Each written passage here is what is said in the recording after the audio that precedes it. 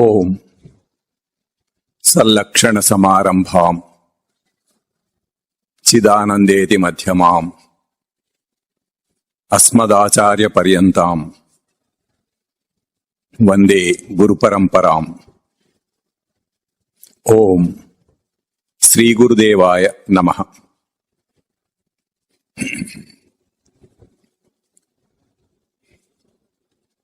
సాధన చతుష్టయ సంపద గురించి చెప్పుకుంటున్నాము. ముందుగా నిత్యానిత్య వస్తు వివేకము అంటే డిస్క్రిమినేషన్ చెప్పుకున్నాము. తర్వాత ఇహాముత్ర ఫల భోగ విరాగము అంటే వైరాగ్యం, డిస్పాషన్ చెప్పుకున్నాము. ఆ తర్వాత మూడవది సమాధి షట్క సంపత్తి అంటే 6 అంశములు గల సంపద ఏంటంటే శమము, దమము, ఉపరతి, తితిక్ష, శ్రద్ధ, సమాధానము. ఈ 6 మొదటి 2 శమము, దమము చెప్పుకున్నాము. దమం అంటే కూడా అంతరింద్రియ నిగ్రహమే అని. శమం అంటే అంతరింద్రియ నిగ్రహము, మనోనిగ్రహము. దమం అంటే కూడా అంతరింద్రియ నిగ్రహం వల్లనే అది జరుగుతుంది. అంటే మనస్సుతోటే బాహ్యేంద్రియాలు కూడా కంట్రోల్ అవుతాయి కనుక అంతరింద్రియం కంట్రోల్ అయితే అప్పుడు బాహ్యేంద్రియాలు కూడా కంట్రోల్ అవుతాయి అన్నది. వాటిని ఎట్లా నిగ్రహించాలి అనే విషయంలో కొన్ని ఉపాయాలు చెప్పుకున్నాము. ఆ తర్వాత పతంజలి మహర్షి రచించిన యోగ సూత్రాలలో చిత్తవృత్తుల నిరోధానికి కొన్ని ఉపాయాలు చెప్పారని, అవే మనోనిగ్రహానికి కూడా వాడుకోవచ్చని, అవి కూడా మనం మననం చేసుకొని దాని ప్రకారం ఎట్లా చేసుకోవాలి అన్నది చూసుకున్నాము. ఆ తర్వాత మనం ఎంత శ్రద్ధగా సాధన చేద్దామనుకున్నా కానీ మనకు తెలియకుండానే కొన్ని అడ్డంకులు ఆపుతున్నాయి, సాధనని మందం చేస్తున్నాయి అన్నది తెలుసుకున్నాము. ముఖ్యంగా ఆయుర్వేద శాస్త్రంలో ప్రతి పదార్థానికి ఒక గుణం ఉంటుందని తెలుసుకున్నాము. ఆ గుణముల వల్ల అటువంటి ఆ పదార్థములు గల ఆహారం మనం తింటే అటువంటి గుణములు మనకు వస్తాయని, ఆ గుణములు రాకుండా మనము జాగ్రత్త తీసుకొని మన ఆహార పదార్థాలను ఎంచుకోవాలని తెలుసుకున్నాము. ఇంకా మిగతా వాటి గురించి కూడా చెప్పుకోవాలి. దీంట్లో ముఖ్యంగా మనం తినే ఆహారంలో పైపొర, ఫైబర్ అంటారు ఇంగ్లీష్లో, అది మలంగా వెళ్ళిపోతుందని, ఆ తర్వాత స్థూల భాగం ఏదైతే ఉంటుందో దాంట్లో దేహ పోషణకు కావలసినవి కేవలం కార్బోహైడ్రేట్స్, ప్రోటీన్స్, వైటమిన్స్, మినరల్స్, ఇంకా ఏదో కొన్ని యాసిడ్స్ అవి ఉంటాయి. అవి మాత్రమే దేహం తీసుకుంటుంది కానీ ఆ ఆహార పదార్థం యొక్క రంగు, రుచి, వాసన, వాటి టేస్ట్ తోటి ఏమీ సంబంధం ఉండదని, దేహ పోషణకు అదే అవసరం అవుతుందని తెలుసుకున్నాము. ఆ తర్వాత దాంట్లో ఉండే సూక్ష్మ భాగం ఏదైతే ఉంటుందో అది మనసుకు వెళుతుందని, మనసు దాంట్లో ఆ పదార్థం యొక్క గుణము అది మనసుకు వెళ్ళి మనసుని ప్రభావితం చేస్తుందని, ఆ గుణములతోటి ఈ అంతరింద్రియం ప్రవర్తించటం జరుగుతుందని తెలుసుకున్నాము. ముఖ్యంగా మనం తినే ఆహారంలో ఇట్లా పదార్థం యొక్క ప్రభావం ఒకటి, రెండవది వంట చేసేవారి ప్రవృత్తి ఒకటి, మూడవది వంట చేసేవారు ఆ సమయంలో ఎటువంటి ఆలోచనలతోటి వంట చేస్తున్నారు అన్నది. అంటే చక్కగా ఒక శ్లోకం ఏదన్నా మననం చేసుకుంటున్నారా, దైవ ధ్యానం చేస్తున్నారా, లేకపోతే ఏదన్నా పనికిమాలిన విషయాలు ఆలోచిస్తున్నారా, లౌకికమైనవి, కోపంగా ఉన్నారా, చికాగ్గా ఉన్నారా అనే దాన్ని బట్టి అటువంటి భావాలు ఆ పదార్థాన్ని, ఆ వంట చేసిన పదార్థానికి వచ్చి దాంతో మన మనసు ప్రభావితం అవుతుంది అని మననం చేసుకున్నాము. ఆ తర్వాత మొట్టమొదట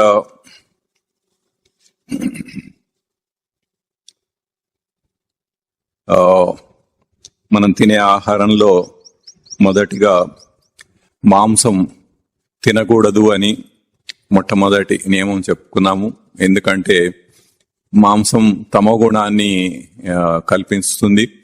ఆ తమో గుణం వల్ల మనము లేజినెస్, సోమరితనం ఎక్కువైపోతుంది మనకు. కనుక అది తినకూడదు. ఇంకా వేరే రీజన్స్ కూడా ఉన్నాయి. ఏంటంటే ఆ మాంసంలో ఉండే కణములు, అంటే ఇంగ్లీష్ లో సెల్స్ అంటారు, మన దేహంలో 74 ట్రిలియన్ సెల్స్ ఉంటాయి. మిలియన్ కాదు, ట్రిలియన్. 74 ట్రిలియన్ సెల్స్ ఉంటాయి. ఆ కణములన్నీ కూడా జీవుడు దగ్గరుండి అవి మైటోసిస్ ద్వారా అవి డెవలప్ అవుతూ ఉంటే వాటిలోకి తన సంస్కారాన్ని ప్రవేశింపజేసుకున్నాడని ఇంతకుముందు ఒకసారి మనం చెప్పుకున్నాము. అట్లా ఆ కణములు వృద్ధి అవుతూ ఉంటాయి. అట్లాగే ఇప్పుడు ఈ మాంసం ఏ పశువో పక్షినో దాని నుండి వచ్చిన మాంసం అయితే దానికి ఉండే గుణగణాలతోటే అవి, ఆ సంస్కారంతో అవి ఉంటాయి. కానీ మానుష చర్యకి అవి సమన్వయం కావు, కంపాటిబుల్ కాదు. ఇప్పుడు కోడి కణములు కోడి చర్యకే కంపాటిబుల్ గా ఉంటుంది, కానీ కోడి కణములు మనిషి యొక్క పనికి కంపాటిబుల్ గా ఉండదు. మనిషి మానుష చర్య చేస్తాడు, ఇవి కంపాటిబుల్ కానివి. తర్వాత ఇంకొక విషయం, మరి ఇట్లాగే ఇప్పుడు జంతువులు కూడా ఒక జంతువుని ఇంకొకటి చంపి తింటూ ఉంటుంది కదా, మరి వాటికి ఏమవుతుంది? వాటికి తమో గుణం వస్తుందా? అట్లా అంటే వాటికి ఎట్లా ఉంటుందంటే, అసలు సృష్టి రచన ఎట్లా ఉంటుందంటే, ఏ ప్రాణి అయినా గాని ఆధ్యాత్మికంగా వృద్ధి పొందటానికి కావలసిన పరిస్థితులని క్రియేట్ చేస్తూ ఉంటుంది ఎల్లప్పుడూ. అటువంటి అవకాశాలు ఎప్పుడు మనకి అవైలబుల్ గా ఉంటాయి, లభిస్తూ ఉంటాయి. దాన్ని మనం గుర్తించి వాడుకోవటం అనేదే మనం చేయవలసిన పని. అట్లా ఈ పశుపక్షాదులు కూడా అట్లాగే వాటికి కూడా అటువంటి అవకాశాలు ఉంటాయి. ఇప్పుడు ఏదైనా ఒక క్రూర మృగం దానికంటే తక్కువ క్రూరమైన మృగాన్ని చంపుకొని తింటుంది. ఇప్పుడు పిల్లి ఎలుకని తింటుంది, కుక్క పిల్లిని తింటుంది. అట్లాగే ఇంకా క్రూరమైన మృగాలు వాటికంటే తక్కువ వాటిని తింటూ ఉంటాయి. ఇప్పుడు కుందేలు ఉందనుకోండి, చాలా సాధు జంతువు, దాని అనేకమైన మృగాలు దాన్ని చంపుకొని తినగలవు. అయితే అది తిన్నప్పుడు దానికి ఏమవుతుంది? ఈ కుందేలు లాంటి జంతువుని తిన్నప్పుడు దాని కణముల్లో ఉండేవి వాటి అంత క్రూరమైన కణములు ఉండవు ఇక్కడ. కనుక ఇప్పుడు దానికి ఆ క్రూరత్వం తగ్గుతుంది ఇది తినటం వల్ల. అంటే ఈ జన్మలో దాని క్రూరత్వం తగ్గుతూ ఇంకా ఉత్తమ జన్మకి వెళ్లే అవకాశం దానికి ఉంటుంది. అట్లాగే ప్రతి జంతువు కూడా అట్లా ఉంటుంది. ఏదైనా గాని దానికంటే తక్కువ క్రూరమైన మృగాన్నే చంపుకొని తింటూ ఉంటుంది. దానికంటే ఎక్కువ పౌరుషం గల దాన్ని తినలేదు, అది అంత శక్తి దానికి ఉండదు.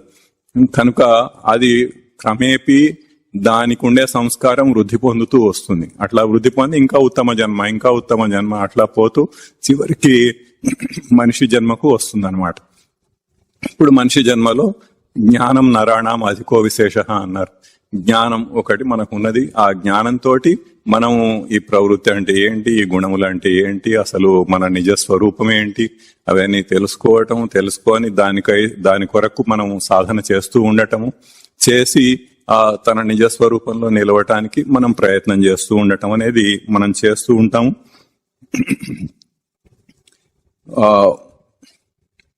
కనుక అవి మనకు ఈ మాంసం అనేది మనకి కంపాటిబుల్ కాదు. కేవలం శాకాహారమే తినాలి. శాకాహారంలో కూడా కణములు ఉంటాయి, కానీ అవి చాలా సాత్వికంగా ఉంటాయి, అపరా ప్రకృతి, వాటికి భ్రాంతి లేదు. అవి నిశ్చలంగా ఉండి ఎదుగుతూ ఉంటాయి. మనకు కూడా కావాల్సింది ఏంటంటే మనం స్థిరంగా ఉండి ఆధ్యాత్మికంగా ఎదగాలి. కనుక మనకు కావాల్సిన కంపాటిబిలిటీ ఇక్కడ దొరుకుతుంది. కనుక ఈ కణములు మనకి సూటబుల్ గా ఉంటాయి. ఇంకా కొన్ని వేరే రీజన్స్ కూడా చెప్పుకున్నాం మనం గత వారం. కనుక ముందు మాంసాహారులు మాంసం తినడం మానేయడం అనేది చాలా పెద్ద పని. అది చేస్తే ఒక అంశంలో నిగ్రహాన్ని రుచి చూస్తారు, తర్వాత స్థాయిలో పదార్థంతో సంబంధం లేకుండా నిగ్రహాన్ని ప్రయోగిస్తారు. అంటే ఇప్పుడు ఈ నియమములు కూడా ఒక్కొక్కటి పాటించే వాళ్ళు ఒక నియమం పాటించి దాంట్లో నిగ్రహించుకోగలిగితే ఆ నిగ్రహం అనేది ఏంటి అన్నది తెలుస్తుంది. ఈ మాంసాహారం అనేది చాలా పెద్ద విషయం అది. కనుక ఇది ఒకటి నిగ్రహించుకొని కొంతకాలం తనను తాను తరచి చూసుకుంటే దానివల్ల తనలో ఎటువంటి మార్పులు వస్తున్నాయి, తన మనోభావాలలో ఎట్లాంటి మార్పులు వస్తున్నాయి, ప్రవర్తనలో ఎట్లాంటి మార్పులు వస్తున్నాయి అని ఎవరికి వాళ్ళు విశ్లేషించి చూసుకుంటే తెలుస్తుంది. ఒకసారి ఇట్లా నిగ్రహించుకొని గనక చేయగలిగితే అసలు ఎట్లా నిగ్రహించుకోవాలి అన్నది తెలుస్తుంది. ఆ నిగ్రహం యొక్క రుచి తెలుస్తుంది. ఇప్పుడు అదే నిగ్రహం అనే లక్షణాన్ని ఇంకా వేరే వేరే వాటి మీద వేరే నియమాలకు కూడా అదే నిగ్రహం అనే లక్షణాన్ని ప్రయోగించి చాలా విషయాల్లో నిగ్రహించుకోవటం అనేది చేయగలుగుతాడు. ఆ రకంగా ఒకటి చేసి చూస్తే తర్వాత ఇంకా వేరే వేరేవి చేయటానికి ఉపయోగపడుతూ ఉంటుంది. ఆ తర్వాత ఇంకొక ముఖ్యమైన విషయం, టీ కాఫీ మానివేయాలి. టీ కాఫీలలో కెఫెయిన్ అని ఒక పదార్థం ఉంటుంది. అది సైకోస్టిమ్యులెంట్, అంటే నర్వస్ సిస్టమ్ ని స్టిమ్యులేట్ చేస్తూ ఉంటుంది అన్నమాట, ఉత్తేజపరుస్తూ ఉంటుంది. తాత్కాలికంగా ఒక ప్రేరేపణ కలిగిస్తూ ఉంటుంది. దానివల్ల పోను నిద్రలేమి అనేది కూడా వచ్చే అవకాశం ఉంది. ఇంకా నర్వస్ రెస్ట్లెస్నెస్ అనేది, యాంగ్జైటీ అనేది రావచ్చు. ఆ తర్వాత ఇంకొక విషయం, సిగరెట్, బీడీ, సుట్ట మొదలైన ధూమపానములు నిజ సాధకులకు వర్జితం. స్మోకింగ్ లో ఏంటంటే వీటిలో నికోటిన్ అని ఒక పదార్థం ఉంటుంది. ఆ నికోటిన్ తోటి లంగ్స్ డ్యామేజ్ అవుతాయని మనందరికీ తెలుసు.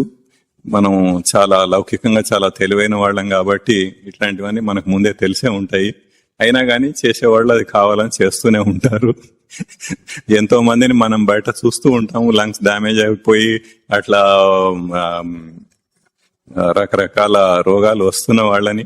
అయినా కానీ మనం అట్లాగే చేసేవాళ్ళు చేస్తూనే ఉంటారు. కనుక అది ఏంటంటే అడ్రినలిన్ అని ఒకటి ఉంటుంది మనలో, దాన్ని కొద్దిగా స్పైక్ చేస్తుంది, అంటే పెంచుతుంది అన్నమాట. దాంతో ఏదో తాత్కాలికంగా ఒక ఉత్తేజం వచ్చిన ఫీలింగ్ వస్తుంది. దాంతో అది పట్టుకొని అట్లాగే దీంతో ఏదో వస్తోంది అని అనుకొని అట్లాగే చేస్తూ ఉంటాడు. ఇది చివరికి హార్ట్ అటాక్ దాకా కూడా వెళ్లే అవకాశాలు ఉంటాయి. ఇప్పుడు ఈ రెండు, టీ కాఫీ అండ్ స్మోకింగ్ అనేది, ఈ విషయంలో వీడి సొంత అనుభవం ఒకటి మీకు చెప్తాడు. ఒకప్పుడు అంటే 1980s 90s లో ఆ ప్రాంతంలో మేధ అప్పుడు నాచారంలో ఉండేది. ఆ సమయంలో వీడు బాగా కాఫీ తాగుతుండేవాడు, ఇంకా స్మోకింగ్ కూడా బాగా ఉండేది. ఎట్లా అంటే అప్పుడు ఎటువంటి అభిప్రాయం ఉండేదంటే ఏదైనా ఒక కప్ కాఫీ తాగితే చాలా ఉత్సాహం వచ్చేస్తుంది, చాలా బాగా పనిచేయచ్చు, బ్రెయిన్ బాగా పనిచేస్తుంది అన్న అభిప్రాయం ఉండేది. ఏదన్నా ఒక క్రిటికల్ ప్రాబ్లం ఏదన్నా ఉన్నా కానీ, ఏదన్నా ఒక కొత్త డిజైన్ చేయాలన్నా, ఏది చేయాలన్నా కానీ ముందు ఒక కప్ కాఫీ తాగటం, ఒక సిగరెట్ కాల్చడం, దాంతో చాలా ఉత్తేజం వచ్చేసింది అనుకొని దాంతో అది చేస్తూ ఉండటం అనేది జరుగుతూ ఉండేది. ఇంకా 1989 or 90లో అనుకుంటా ఒకసారి వేరే వాళ్ళు ఎవరికో సహాయం చేయటానికి అమెరికా వెళ్లాల్సి వచ్చింది. అక్కడికి వెళ్ళినప్పుడు అక్కడ బ్లాక్ కాఫీలు బాగా తాగుతూ ఉంటారు, చాలా ఎక్కువ క్వాంటిటీలు. అది చూసి ఇంకా ఆకర్షింపబడ్డాడు. దాంతో బ్లాక్ కాఫీ అలవాటైంది. అంటే ఇంకా పాలు కూడా ఉండవు దాంట్లో, కేవలం ఆ బ్లాక్ కాఫీ, స్మోకింగ్. రోజుకి ఒక 12 సార్లు చేసేసేవాడు. అట్లా చేస్తూ ఏదో చాలా బాగా పనిచేస్తున్నానని ఒక ఫీలింగ్ తోటి చేస్తూ ఆ భావం చాలా దృఢమైపోయి ఇంకా ఇంకా ఇంకా చేస్తూ ఉంటే అది అట్లాగే దృఢం అవుతూ ఉంటుంది ఏదైనా కానీ. ఇంతకు ముందు చూసుకున్నాం కదా, అభ్యాస వైరాగ్యాభ్యాం నిరోధ అని. అభ్యాసం చేస్తూ ఉంటే అది అటు సైడ్ అభ్యాసం అయింది అనమాట. నిరోధించటానికి కాకుండా అది పెంచుకోవటానికి అభ్యాసం అయింది. అభ్యాసం చేసేసి ఇంకా చాలా దృఢ నిశ్చయంలోకి వచ్చేసాడు. ఆ దృఢ నిశ్చయంలోకి వచ్చిన తర్వాత ఎప్పుడు 1995లో శ్రీకృష్ణానంద మఠానికి వెళ్ళటం జరిగింది మొట్టమొదటిసారిగా. అప్పుడు కృష్ణ జయంతి ఉత్సవాలు జరుగుతున్నాయి ఆగస్టులో.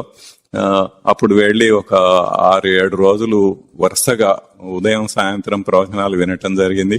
ఒకసారి వినగానే చాలా ఇంప్రెసివ్ గా అనిపించి ఇంకా అట్లాగే ప్రతిరోజు ఉదయం సాయంత్రం ప్రవచనాలు వినటం అయింది.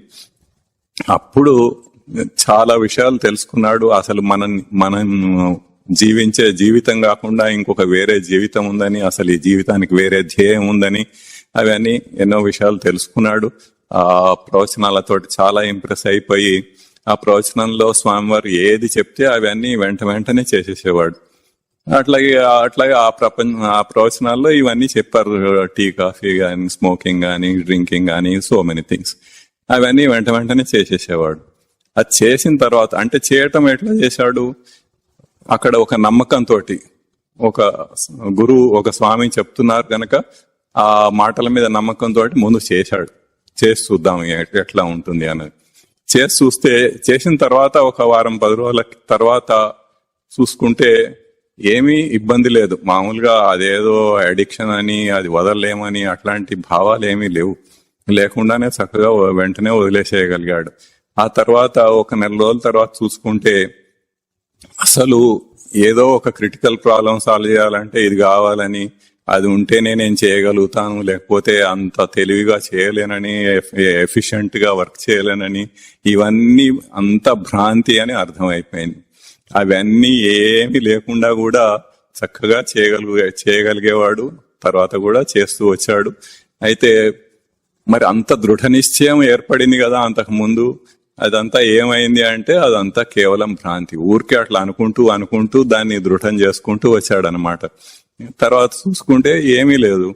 అసలు మామూలుగానే ఇంతకు ముందు ఎట్లా ఆ కాఫీలు తాగుతూ సిగరెట్లు కాలుస్తూ ఏదైతే చేయగలిగేవాడో అంతకంటే ఇంకా ఎక్కువ ఎఫిషియెంట్ గా, ఇంకా చాలా తక్కువ టైంలోనే చేయగలిగేవాడు. అంటే కారణం ఏంటి, అవన్నీ తాత్కాలికమైన ఒక ఉత్తేజాన్ని కలిగిస్తున్నాయి. అది మళ్ళీ అది కాసేపు ఉంటుంది, పోతుంది. మళ్ళీ ఇంకో కప్పు తాగాలి, మళ్ళీ ఇంకో సిగరెట్ కాల్చాలి, అప్పుడు మళ్ళీ కాసేపు వస్తుంది. అట్లా కంటిన్యూ అవుతూ బేసిక్ గా అసలు మనకి ఏదైతే ఒక కేపబిలిటీ ఉంటుందో అదే తగ్గిపోతోంది. అది తగ్గిపోయి తాత్కాలికంగా ఇది మళ్ళీ కొంచెం నార్మల్ కి తీసుకొచ్చి మళ్ళీ పడిపోతుంది అన్నమాట. అది వీడు గ్రహించిన విషయం. ఇప్పుడు అవి మానేసిన తర్వాత ఎట్లా ఉందంటే అసలు ఎప్పుడూ అట్లా అలర్ట్ గానీ అట్లా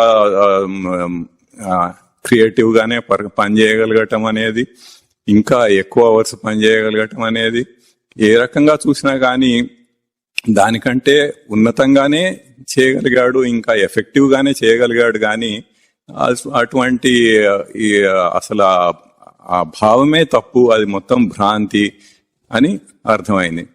అంటే ఏంటి, ఇదంతా కల్పించుకున్న భావాలు, అంటే మనం ఊహించుకున్నది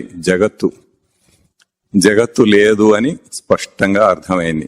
జగత్తు అంతే ఏంటి, మనం కల్పించుకున్నది జగత్తు. ఇదంతా అంతకుముందు కల్పించుకున్నాడు, చాలా దృఢ నిశ్చయంతో ఉన్నాడు. అది మొత్తం తప్పు అని, అంటే జగత్తు లేదు, ఆత్మయే సత్యం అన్నది అక్కడ చాలా స్పష్టంగా ప్రూవ్ అయింది. ఇంకా అనేక విషయాల్లో కూడా అట్లా చేస్తూ రావటంతో ఇంకా బాగా థరోగా ప్రూవ్ అవటం అనేది జరిగింది. ఆ రకంగా ఒకటి చేసి చూస్తే దానివల్ల మనకు ఏం జరుగుతుంది అన్న తెలుస్తుంది. అవతల వాళ్ళు చెప్పేది పరోక్ష జ్ఞానం అవుతుంది. దాన్ని మన అనుభవంలోకి తీసుకుంటే, మనం ఆచరించి చూస్తే మన అనుభవంతో మనలో మనకే స్పష్టంగా తెలుస్తుంది. అప్పుడు అది దృఢమవుతుంది. ఏదైతే తత్వం చెప్తున్నారో అది నిజమని మనకు అర్థమైనప్పుడు ఇంకా దృఢం అవుతుంది. అట్లా ఒకటి చేస్తే ఉత్సాహం వస్తుంది, ఓహో ఇది ఇంతేనా అని. ఇంకా మిగతావి కూడా చేస్తూ పోవచ్చు. అట్లా అనేక విషయాలలో మనం దృఢం చేసుకుంటూ పోవచ్చు.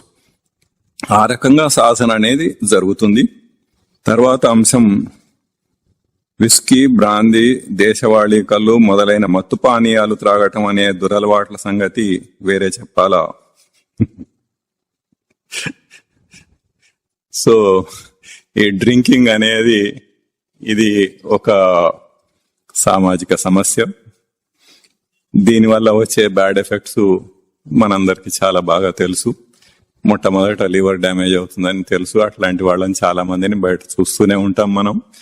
అయినా కానీ త్రాగే వాళ్ళు త్రాగుతూనే ఉంటారు. దానివల్ల ఏం జరుగుతుందంటే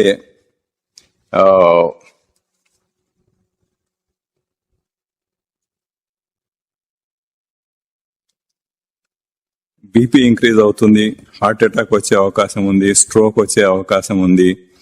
మెయిన్ గా లివర్ అయితే డ్యామేజ్ అవుతుంది. అట్లాంటి వాళ్ళు చాలా మంది మనకు కనపడుతూనే ఉంటారు. ఇంకా వాళ్ళు ఆ ప్రవర్తన కూడా ఎట్లా ఉంటుందంటే నో ఇన్హిబిషన్స్, అంటే ఎవరితో ఎట్లా మాట్లాడాలి, ఎక్కడ ఎట్లా మాట్లాడాలి అన్నది ఏమీ లేకుండా ఏది పడితే అది వాగేస్తూ ఉంటారు. అది మనం బయట కనపడుతూనే ఉంటుంది మనకు అవన్నీ అట్లా జరుగుతూ ఉంటాయి. ఇంకా పోను అది ఎట్లా అయిపోయిందంటే అదొక సోషల్ నామ్ లాగా, ఒక పార్టీ కల్చర్. ఏదైనా ఒక పార్టీ అంటే అక్కడ డ్రింకింగ్ అనేది ఉండాలి. డ్రింకింగ్ చేస్తే అది పార్టీ, అది ఒక ఎంజాయ్మెంట్. అది ఎట్లాంటిది, చాలా తాత్కాలికమైనది. అది తాగినప్పుడు ఏం చేస్తుంది అసలు, అది మనకుండే నర్వస్ సిస్టమ్ ని కొద్దిగా స్తబ్దుగా చేస్తుంది. అంటే మన ఇంద్రియాలని, వాటి నుంచి వచ్చే ఇన్పుట్స్ సరిగ్గా మెదడుకి బ్రెయిన్ కి వెళ్లకుండా, మెదడు బ్రెయిన్ అక్కడి నుంచి మనసుకి వెళ్లేటప్పుడు దాన్ని చాలా అణగొట్టేస్తుంది అన్నమాట. దాంతో మనకి సెన్సెస్ సరిగ్గా తెలియవు. అట్లాగే మనసు ఆలోచించటం కూడా పూర్తిగా మారిపోతుంది దాంతో. అంటే ఈ గుణములతోటి ఎఫెక్ట్స్ వస్తూ ఉంటాయి కదా మరి మనసు మీద, అట్లా దీని ఎఫెక్ట్ కూడా మనసు మీద వస్తుంది. వచ్చి చాలా స్తబ్దుగా అయిపోవటము, లేకపోతే చాలా విపరీతంగా ఆలోచించడం లాంటివి కూడా జరుగుతూ ఉంటాయి. ఈ విషయంలో కూడా ఒక వీడి సొంత ఎక్స్పీరియన్స్ ఒకటి చెప్తాడు. ఒకప్పుడు ఇందాక చెప్పినట్టుగా నాచారంలోనే ఉండే రోజులలో మేధా అనేది చాలా చిన్న కంపెనీ, చాలా నెగ్లిజిబుల్ క్యాపిటల్ తోటి మొదలుపెట్టి ఆర్గానిక్ గా గ్రో అవుతూ వచ్చిన కంపెనీ. అట్లాంటప్పుడు ఇనిషియల్ గా ఎన్నో ప్రాబ్లమ్స్ ఉంటాయి. అసలు ఏ కంపెనీ అయినా ప్రాబ్లమ్స్ అనేవి ఉంటాయి. వాటిని మేనేజ్ చేయటంలో దాన్ని ప్రాపర్ గా చేసుకోవాలి. అట్లా వచ్చినప్పుడు అప్పుడప్పుడు ఒక 2-3 రోజులకు ఒకసారి అట్లా బయటకు వెళ్ళి తాగటం లాంటివి చేస్తూ ఉండేవాడు వేరే వాళ్ళతోటి, ఫ్రెండ్స్ తోటి అట్లా. అప్పుడు తాత్కాలికంగా అది కొంచెం ఉపశమనం లాగా ఉంటుంది. ఎందుకు, మనసుని స్తబ్దు చేస్తుంది, ఇంద్రియాలను కూడా కొంచెం స్తబ్దు చేస్తుంది. దాంతో టెంపరీగా ఏదో రిలీఫ్ వచ్చిన ఫీలింగ్ వస్తుంది. కానీ తర్వాత ఏమవుతుంది, అది ఎంతసేపు ఉంటుంది, ఎక్కువసేపు ఏమి ఉండదు, కొన్ని గంటలు. ఆ తర్వాత మళ్ళీ నార్మల్కి వచ్చేస్తూనే ఉంటాడు.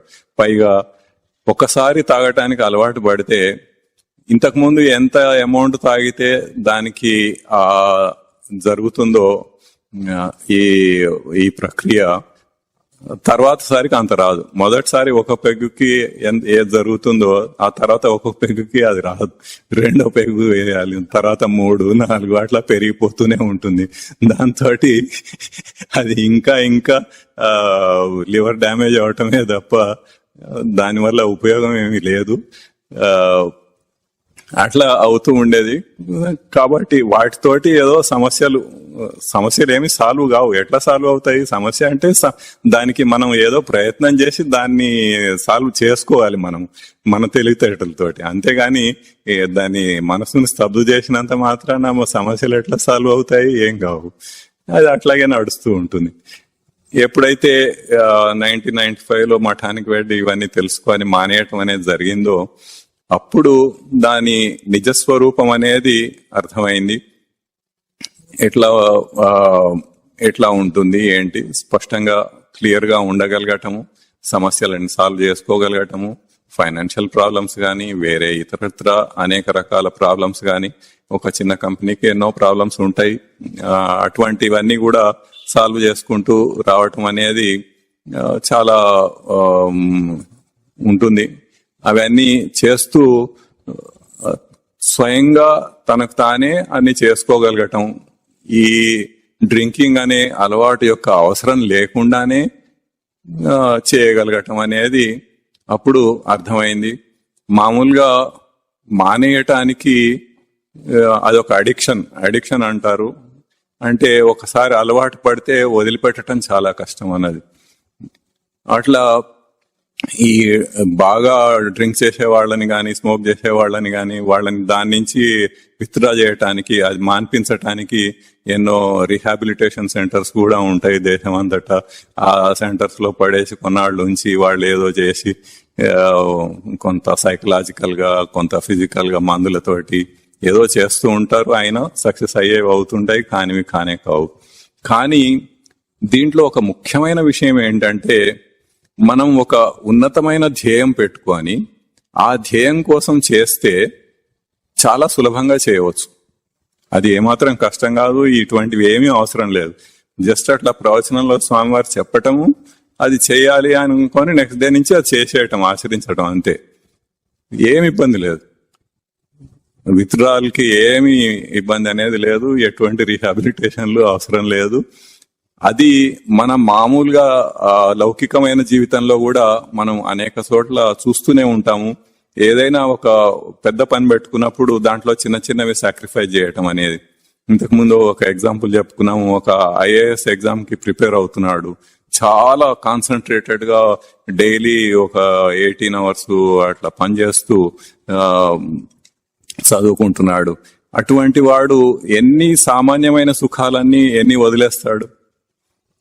అది ఆ 1 సంవత్సరమో 2 సంవత్సరాలు ఎంతకాలం ప్రిపేర్ అవుతాడో అంతకాలం అన్ని వదిలేసి, అంటే ఒక ఉన్నతమైన ధ్యేయం అనేది అక్కడ పెట్టుకున్నాడు. అది ఉంటేనే నాకు ఉనికి, అది లేకపోతే నేను లేనన్నట్టుగా దాని మీద ఫోకస్ చేశాడు. దాంతో ఎట్టి పరిస్థితుల్లో అది కావాల్సిందే అని అన్ని త్యాగం చేసి అవి చేయగలుగుతున్నాడు. ఇది చాలా లౌకికంగా మనం మామూలుగా చూసే విషయం. ఇంకా ఒక గృహస్థులు ఒక బిడ్డ పెళ్లి చేయాలంటే మరి ఒక మిడిల్ క్లాస్ లెవెల్లో చాలా భారం ఉంటుంది, ఎన్నో పనులు చేయాల్సి ఉంటుంది, ఎంతో ఫైనాన్షియల్ గా బర్డెన్ ఉంటుంది, ఇంకా ఇతరత్ర చాలా పనులు చేయాల్సి ఉంటుంది.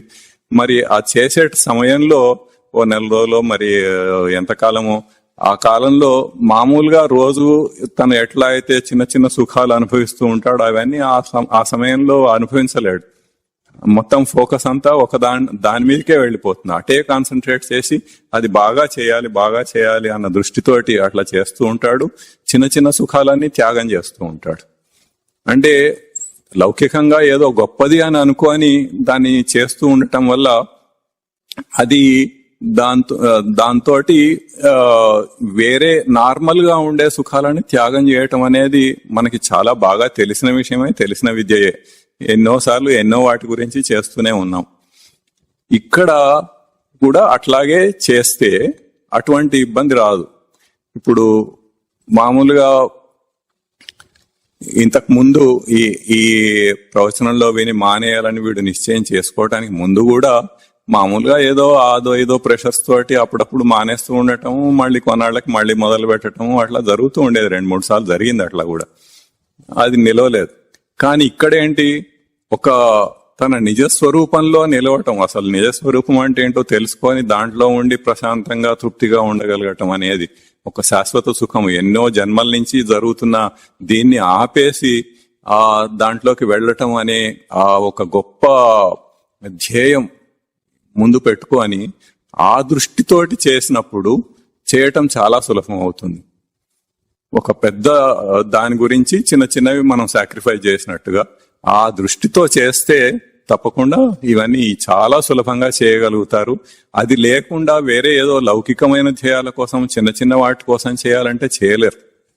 అది ఎందుకంటే లౌకికమైన వాటి కోసం చేస్తే ఏముంది, ఒకసారి ఇప్పుడు లంగ్స్ డ్యామేజ్ అవుతాయని అన్నాడు అనుకోండి, ఏం కాదులే ఒకసారి తీసుకుంటే ఏమవుతుంది అన్నట్టుగా వదిలేస్తూ ఉంటాడు. కిడ్నీ డ్యామేజ్ అవుతుంది అనుకున్నాడు అనుకోండి, అట్లాగే చేస్తూ ఉంటాడు, ఏదో చేసేస్తా ఉంటాడు. అయినా అట్లా కాకుండా ఒక ఉన్నతమైన ధ్యేయంతో మనం ఎప్పుడైతే చేస్తామో ఇవన్నీ కూడా చాలా సులభంగా చేయగలుగుతాం. ఇట్లా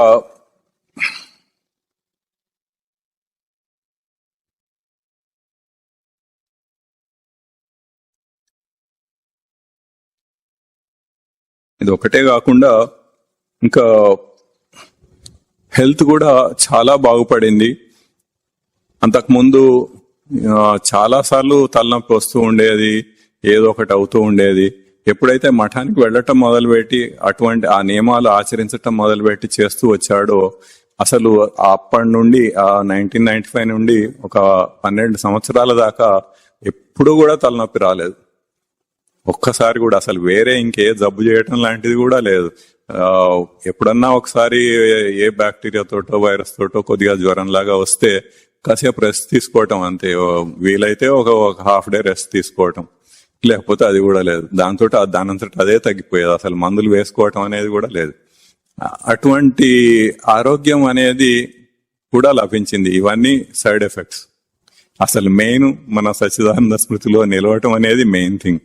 ఇవన్నీ ఆ నియమాలు పాటించటం వల్ల వచ్చే సైడ్ ఎఫెక్ట్స్ అన్నమాట.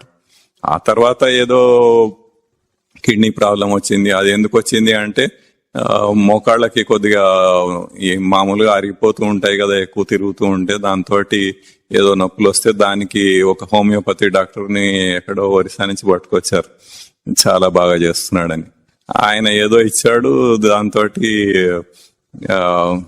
కిడ్నీ ట్రబుల్ స్టార్ట్ అయింది. అది ఎట్లా తెలిసిందంటే దానికి ఏవైతే కొన్ని పరీక్షలు ఉంటాయో బ్లడ్ టెస్ట్, అవి ఆ టెస్టులు చేసి చూస్తున్న ఆ తర్వాత ఒకసారి ఆ ప్రాబ్లం అనేది ఐడెంటిఫై అయిన తర్వాత రెగ్యులర్ టెస్టులు చేస్తూ ఉంటారు కదా, ఆ టెస్టులు చేస్తూ ఉండి దాన్ని ఒక గ్రాఫ్ ప్లాట్ చేసి వెనక్కి ఎక్స్ట్రాపోలేట్ చేసి చూస్తే అది కరెక్ట్ గా ఎక్కడైతే ఈ మందు ఇచ్చాడో అప్పటి నుంచే మొదలైందని అర్థమైంది. అది చాలా స్పష్టం దాంతో అయిందన్నది. ఆ రకంగా అంటే అప్పుడు వీడికి వచ్చిన అనుమానం ఏంటంటే అక్కడ ఏదో స్టెరాయిడ్స్ లాంటిదో దాంట్లో కలిపేసి ఉంటాడు. కొంతమంది డాక్టర్లు అట్లాంటివి చేస్తూ ఉంటారు, దాంతో చాలా ఫాస్ట్ గా క్యూర్ అయిపోతుంది అన్నట్టుగా. అది వికటిస్తూ కూడా ఉంటాయి.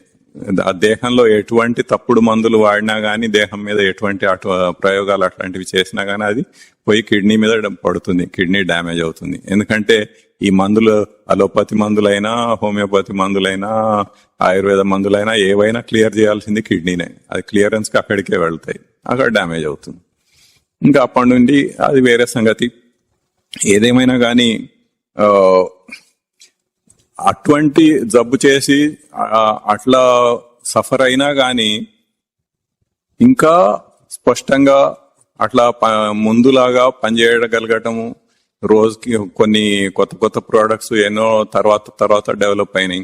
అంతకు ముందు చాలా చిన్నవే ఉండేవి, స్పీడ్ రికార్డర్లు, మోటార్స్ లాంటివి, ఎలక్ట్రానిక్ గవర్నర్స్ కానీ, ఇంకా లోకోమోటివ్ కంట్రోల్స్ కానీ, ట్రాక్షన్ సిస్టమ్స్ కానీ, ఏసీ ట్రాక్షన్ సిస్టమ్స్, ఇంకా సిగ్నలింగ్ సిస్టమ్స్, అటువంటివి ఎన్నో తర్వాత మేధాలో డెవలప్ అయినాయి.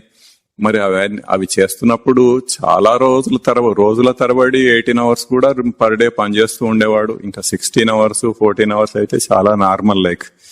అయినా ఫుల్ ఎఫిషియన్సీ తోటి చేయగలిగాడు. ఎందుకు ఇటువంటి ఈ ఇబ్బందులు లేకుండా మనం ఈ తాత్కాలికమైన ఈ ప్రేరేపణల మీద డిపెండ్ కాకుండా స్వయంగా స్వంత శక్తితోటి చేయటం వల్ల అవి చేయగలగటం అనేది జరిగింది. అది డైరెక్ట్ ఎవిడెన్స్, ప్రత్యక్షంగా పూర్వం నుంచి ఉన్నవాళ్ళు కొంతమందికి తెలుసు, వాళ్ళందరికీ ఇవన్నీ తెలిసినవే ముందు నుంచి. తర్వాత ఇంకొక నియమం, పేకాట, జూదం, గుర్రపందాలు, ఇవే కాక వేశ్యాగృహ ప్రవేశం, ఇవన్నీ వదిలేయాలి. ఇవన్నీ వ్యసనాలని అందరికీ తెలుసు, అయినా కానీ దాంట్లో ఏదో ప్లెజర్ ఉందని చేస్తూనే ఉంటారు. అదంతా భ్రాంతి. ఇంతకు ముందు చెప్పిన ఎగ్జాంపుల్స్ లాగానే ఇది కూడా ఒక భ్రాంతియే, అంతకు తప్ప అక్కడ ఇంకేం లేదు.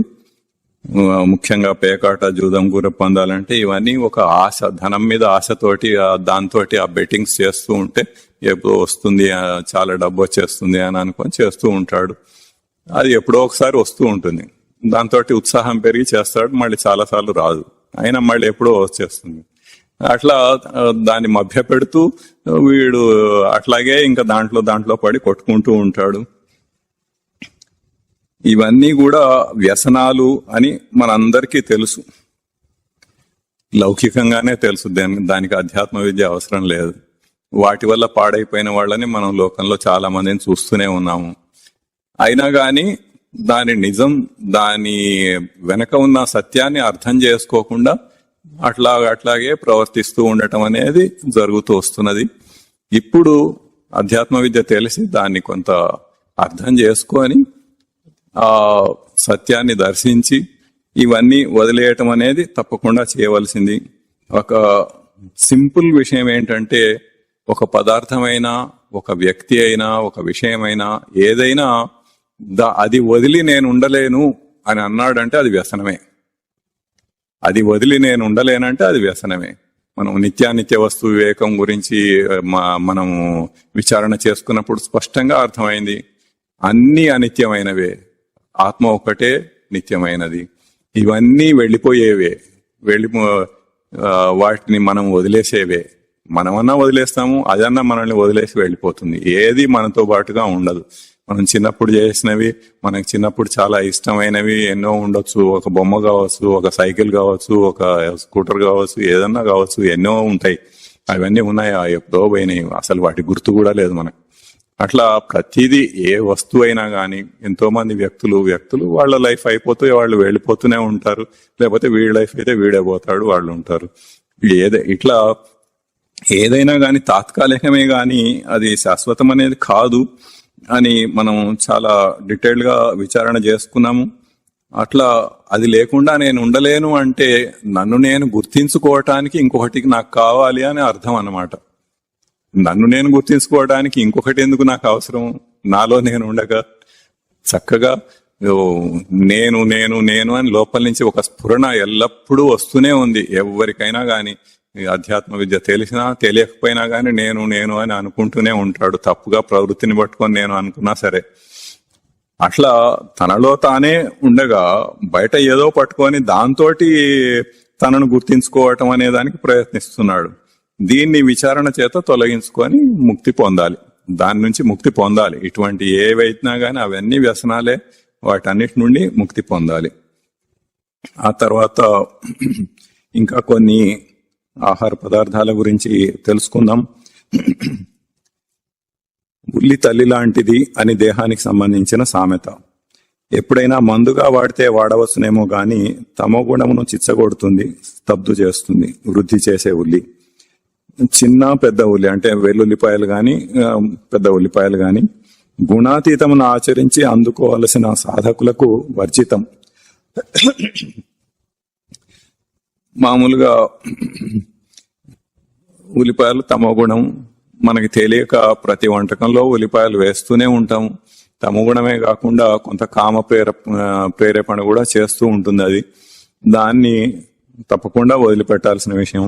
అయితే దానివల్ల కొన్ని సుగుణాలు కూడా ఉన్నాయి. బ్లడ్ ని థిన్ చేస్తుంది, బ్లడ్ ఫ్లోని ఇంప్రూవ్ చేస్తుంది అన్నది, దానికోసం వాడాలి అని అంటారు. ఎవరైనా అటువంటి రోగాలు ఉన్నవాళ్ళు, అటువంటి అవసరం ఉన్నవాళ్ళు అదొక మందులాగా వాడాలి. అంతేగాని ప్రతిరోజు వంటల్లో ఉల్లిపాయలు వేసేసుకొని తినటం, అది ఉంటేనే చాలా రుచి వస్తుంది అనుకొని తినటం, అసలు రుచితో సంబంధం లేదని ఇంతకు ముందే చెప్పుకున్నాం. దాంతో దేహానికి కావాల్సింది రుచి కాదు, దానికి కావాల్సింది కార్బోహైడ్రేట్స్, ప్రోటీన్స్, విటమిన్స్, మినరల్స్, ఇంకా ఏదో కొన్ని యాసిడ్స్ అట్లాంటివి. కనుక దాంతో అవసరం లేదు అసలు. మనం ఎప్పుడైతే ఒక నిజ సాధకుడు ఉన్నాడో వాడు సాధనలో ఎట్లా వృద్ధి పొందాలనేది చూసుకోవాలి, గాని ఇట్లాంటివి కాదు. నిజంగా ఏదైనా అవసరమై దాన్ని ఒక మందులాగా వాడాల్సి వస్తే మందులాగా వాడొచ్చు. ఏదైనా మందు, ప్రతిదీ ఒక ఔషధమే. ఒక పర్టికులర్ రోగానికి అది ఔషధంలాగా పనిచేస్తుంది, దాన్ని ఔషధంలాగా వాడొచ్చు, వాడి క్యూర్ చేసుకోవచ్చు. కానీ ప్రతిరోజు అది తినాల్సిన అవసరం లేదు. అట్లాగే కారం, వంకాయ రెచ్చగొడుతుంది, తీవ్ర రజోగుణం కామ ప్రేరేపణం. కారం లేకుండా చాలా మంది తినలేరు. బాగా ఎక్కువ వేసుకొని తినేవాళ్ళు ఉంటారు, కొంత మోడరేట్ గా తినేవాళ్ళు ఉంటారు, తక్కువ వేసుకునే వాళ్ళు ఉంటారు. కానీ అది తీవ్ర రజోగుణం, మామూలు రజోగుణం కాదు, తీవ్రమైన రజోగుణం. చాలా కామ ప్రేరేపణ కూడా వస్తుంది. దాంతో ఇటువంటి వాటితోటి సాధన చేయలేరు. కనుక అది తగ్గించుకోవాల్సిన అవసరం చాలా ఉంది. పూర్తిగా మానేయాలి. ఒకేసారి పూర్తిగా మానేయలేకపోతే కొంత అయినా తగ్గించుకుంటూ అలవాటు చేసుకొని మానేయటం అనేది చేయాలి. అట్లాగే వంకాయ కూడా చాలా మందికి చాలా ఇష్టం, చాలా రకాలుగా చేస్తారు. అది పూర్తిగా వదిలిపెట్టేయాలి. ఇంకా బెండకాయ రజోగుణం కామ ప్రేరేపణ వర్జితం, అంటే ఇది కూడా వదిలేయాల్సిందే. చేమగడ్డ కూడా అంతే, కానీ ఇది తమోగుణం. చేమగడ్డ మనిషిని తెలియకుండానే వికలం చేస్తుంది, ఇది కూడా వదిలేయాల్సిందే. అంటే మాంసాహారమే కాదు, శాకాహారంలో కూడా మనం ఏ ఆధారంగా మనం తినే తిండిని చూస్ చేసుకుంటామంటే దాని యొక్క గుణములను బట్టి, ఆ పదార్థంకి ఎటువంటి గుణాలు ఉన్నాయి అనే దాన్ని బట్టి, ఆ గుణములతోటి మన సాధనకి ఇబ్బంది అవుతుందా లేదా అన్న చూసుకొని దాన్ని బట్టి దాన్ని వదిలేయటం అనేది చేయాలి. అది వాడటము వద్దా అన్నది. ఇంకా దొండకాయ తమో గుణంగా రెచ్చగొడుతుంది, వర్జితం, వేడి చేస్తుంది. అవి తింటే ఇంకా వేడి చేస్తూ ఉంటుంది. గోంగూర కూడా వేడి చేస్తుంది, కానీ గోంగూరలో ఐరన్ ఉంటుంది. దాన్ని వేడి తీసేసే పదార్థంతో కలిపి తినవచ్చు. అంటే కొన్ని వేడి చేసే పదార్థాలు, కొన్ని చలవ చేసే పదార్థాలు ఉంటాయి. చలవ చేసే పదార్థాలను కలుపుకొని వేడి చేసే పదార్థాలు తినవచ్చు. దీంట్లో ఐరన్ ఉంటుంది కాబట్టి అది చాలా ఉపయోగం, మినరల్స్ లో వస్తుంది. దాన్ని సల్వ చేసే పదార్థాలతో కలుపుకొని తినవచ్చు. ఇంకా జొన్న మందం చేస్తుంది, వేడి చేసే వాటితో కలిపి తినవచ్చు. అంటే ఇది మామూలుగా జీర్ణం కాదనమాట తొందరగా. ఆరోగ్యవంతులైన వాళ్ళకి ఏదైనా జీర్ణం అయిపోతుంది. ఆ జీర్ణశక్తి కొంత తగ్గుతున్న కొద్దీ ఇటువంటి వాటి ప్రభావం అనేది బాగా తెలుస్తూ ఉంటుంది. ఆ జీర్ణశక్తి తగ్గినప్పుడు అది జీర్ణం కాకపోతే కొంత వేడి చేసే పదార్థాలతోటి కలిపి తినవచ్చు. అప్పటికి ఇంకా కాకపోతే వదిలేయాలి. చింతపండు వేడి చేస్తుంది, గ్యాస్ ట్రబుల్, గ్యాస్ వస్తుంది అనమాట దాంతో. మామూలుగా చాలా వాటిల్లో వేస్తుంటారు చింతపండు కూడా. గ్యాస్ ట్రబుల్ లేని వాళ్ళు చలవ చేసే పదార్థాలతోటి కలిపి వాటిని తినవచ్చు, అట్లా ఇబ్బంది ఏం లేదు. అంటే గుణములుగా ఏమి ఇబ్బంది లేదు సాధనకు. కేవలం ఆరోగ్యపరంగా గ్యాస్ ట్రబుల్ అన్నది ఒకటి వచ్చే అవకాశం ఉంది కనుక గ్యాస్ ట్రబుల్ లేని వాళ్ళు తినొచ్చు. ఆ తర్వాత కాకరకాయ వేడి చేస్తుంది, ఆ చేదు దేహానికి మంచిది. మామూలుగా డయాబెటీస్ ఉన్న వాళ్ళకి కాకరకాయ చాలా మంచిది, ఎక్కువగా తినాలి వాళ్ళు. ఇది షుగర్ తగ్గిస్తుంది, షుగర్ రిలీజ్ అనేది దేహంలో చాలా కంట్రోల్ చేస్తుంది అది. కనుక ఇది దేహానికి మంచిది. కాకపోతే వేడి చేస్తుందంటే కొన్ని సలువ చేసే పదార్థాలతో కలిపి తింటే సరిపోతుంది.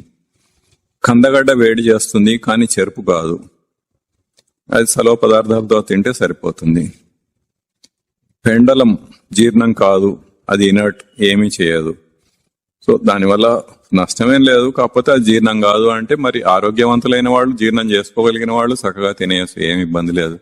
ఆ జీర్ణం కాకపోతే అప్పుడు దాన్ని వాడటం మానేయాల్సి వస్తుంది. ఏ తోటకూర తినకూడదు, దోసకాయలు పచ్చివి తింటే చాలా మంచిది. ఉప్పు తినాలి, ఉప్పు తగు మాత్రం వేసుకోకపోతే మెదడుకు సరిపోదు. ఇవి ఒక 3 మినరల్స్ ఉంటాయి. ఉప్పు ఒకటి, క్లోరైడ్స్ ఒకటి, పొటాషియం ఒకటి. ఇవి 3 కూడా నర్వస్ సిస్టమ్ ని పనిచేయటానికి అవి ఉపయోగపడతాయి. అంటే ఆ నర్వ్స్ లో electrical signal, electrical and chemical, ఈ కెమికల్ గా ఎలక్ట్రికల్ సిగ్నల్ ని పాస్ అవటానికి ఈ 3 అవసరం అన్నమాట. ఒక సెల్ నుంచి ఇంకొక సెల్ కి అట్లా పాస్ అవుతూ పోవటానికి ఆ నర్వ్ సెల్స్ కి. కనుక ఇవి 3 కూడా ఎప్పుడు సరి అయిన మోతాదులో ఉండాలి, లేకపోతే నర్వస్ డిజార్డర్స్ అవి వచ్చే అవకాశం ఉంటుంది.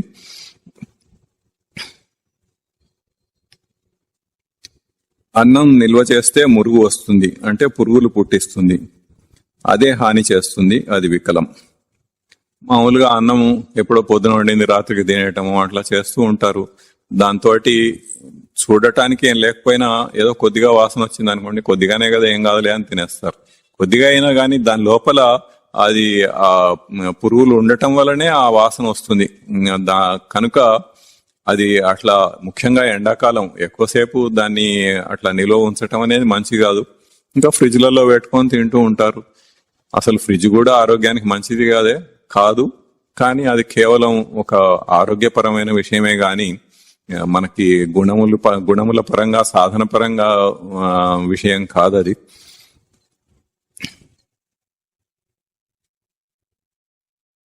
వేడి చేసే పదార్థములు, చలవ చేసే పదార్థములు తగు మాత్రంగా కలిపి తినాలి, బ్యాలెన్స్ అవుతుంది. ఇందాక నుంచి చెప్పుకుంటూనే ఉన్నాము.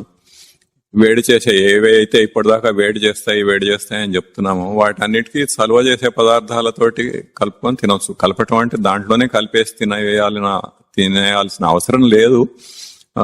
అది విడిగా తిన్నా సరిపోతుంది.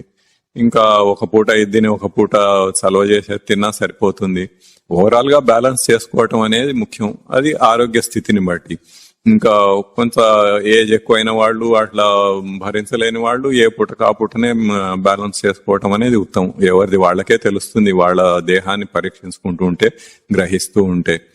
ముఖ్యంగా చలువ చేసే పదార్థాలు ఏముంటాయంటే సొరకాయ ఒకటి, దోసకాయ ఒకటి, బీరకాయ ఒకటి, ఇంకా పొట్లకాయ. ఇవి 4 కూడా చలువ చేసే పదార్థాలు కూరగాయల్లో. వాటిలో ఏదో ఒకటి చేసుకుంటూ ఉంటే వేరేవి వేడి చేసేవి తిన్నా గానీ అది ఇది కలిపి బ్యాలెన్స్ అయిపోతూ ఉంటుంది. ఆ రకంగా ఓవరాల్ గా ఏమీ ఇబ్బంది ఉండదు. సో ఇప్పటిదాకా ఏవేవి ప్రొహిబిటెడ్ అన్నది, ఏవి తినకూడదు అనేది చెప్పుకున్నాము. అయితే ఏ ఆహారాన్ని తినాలి అంటే వినండి. దేహ పోషణ మాత్రం కంటే అధిక వేడిని కలిగించనిది, అజీర్ణం కలిగించనిది అయిన ఆహారం ఎప్పటికప్పుడు సమన్వయం చేసుకుంటూ తినాలి అనేది మొదటి సూత్రం. అధిక వేడి అజీర్ణముల అపాయం ప్రవృత్తిని రేకెత్తిస్తుంది. ఎంతో నిగ్రహం గల సాధకుని కూడా ఒక ఊపి భ్రష్టునిగా చేయగలదు. సో బేసిక్ గా అక్కడ రెండు అంశాలు ఏంటంటే, దేహ పోషణ కంటే, అంటే కొంత వేడి ఉంటేనే దేహ పోషణ అనేది జరుగుతుంది. దానికంటే ఎక్కువ వేడిని కలిగించనిది తినాలి, అజీర్ణం కలిగించనిది తినాలి. అంటే జీర్ణం అవుతూ ఉండాలి, జీర్ణమయ్యేదే తినాలి. ఇవి అందరికీ ఒకే పదార్థం ఒకేలాగా ఉండదు. కొంతమందికి కొన్ని పదార్థాలతో పడవు అన్నట్టుగా ఉంటుంది. అవి కొంతమందికి జీర్ణం అవుతాయి, కొంతమందికి జీర్ణం కావు. అది ఎవరికి వాళ్ళ దేహతత్వాన్ని బట్టి పరీక్ష, ఇది తింటే ఏమవుతోంది, అది తింటే ఏమవుతోంది అని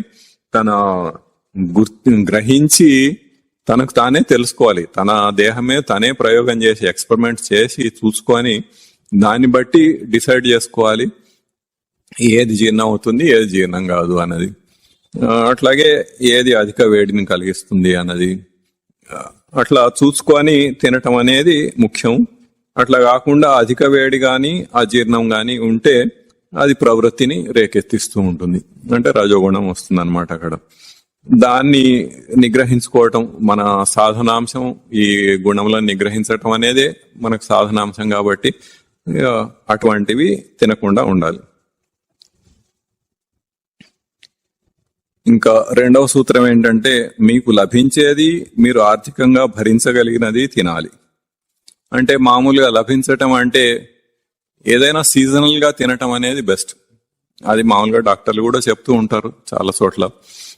ఏ సీజన్ లో ఏది వస్తుందో ఆ సీజన్ లో అది తినటం అనేది ఉత్తమం.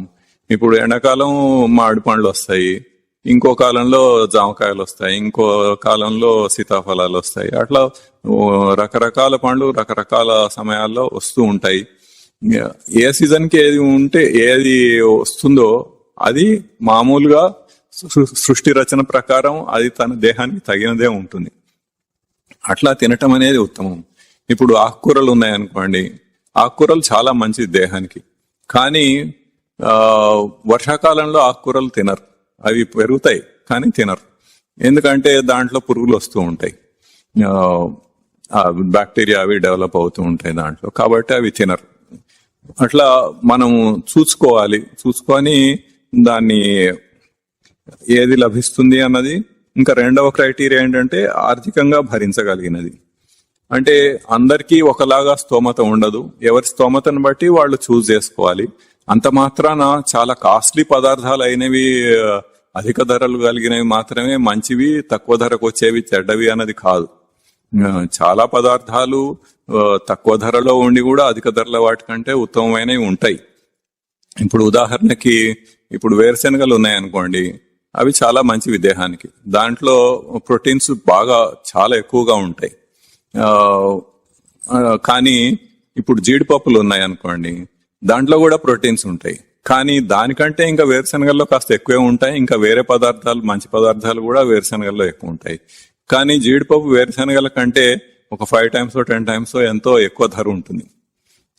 ఇప్పుడు అది తిన్నంత మాత్రాన దేహానికి కావాల్సింది వస్తున్నది ఏం లేదు.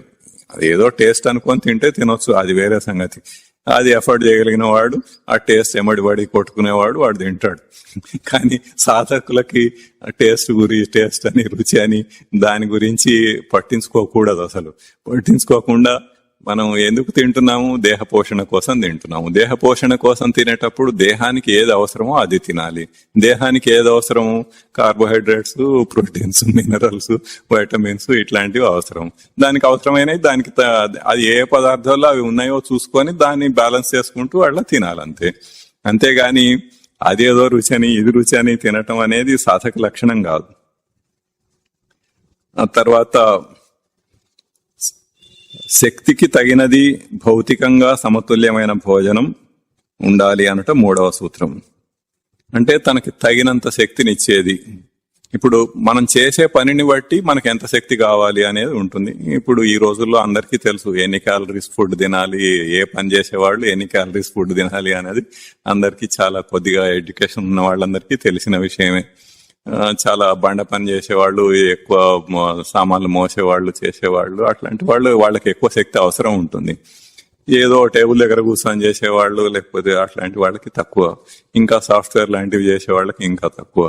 అట్లా మనం చేసే పనిని బట్టి మనకి ఎంత శక్తి కావాలో అంత తినాలి. ఇంకా బ్యాలెన్స్డ్ డైట్ అంటే ఇదే ఇప్పుడు ఇందాక చెప్పుకుంటూనే ఉన్నాం, కార్బోహైడ్రేట్స్, ప్రోటీన్స్, విటమిన్స్, మినరల్స్ అని. అవి అన్ని తగుపాళ్లలో ఉంటే అది తనకు బ్యాలెన్స్డ్ డైట్. ఇది భౌతికంగా చూస్తే.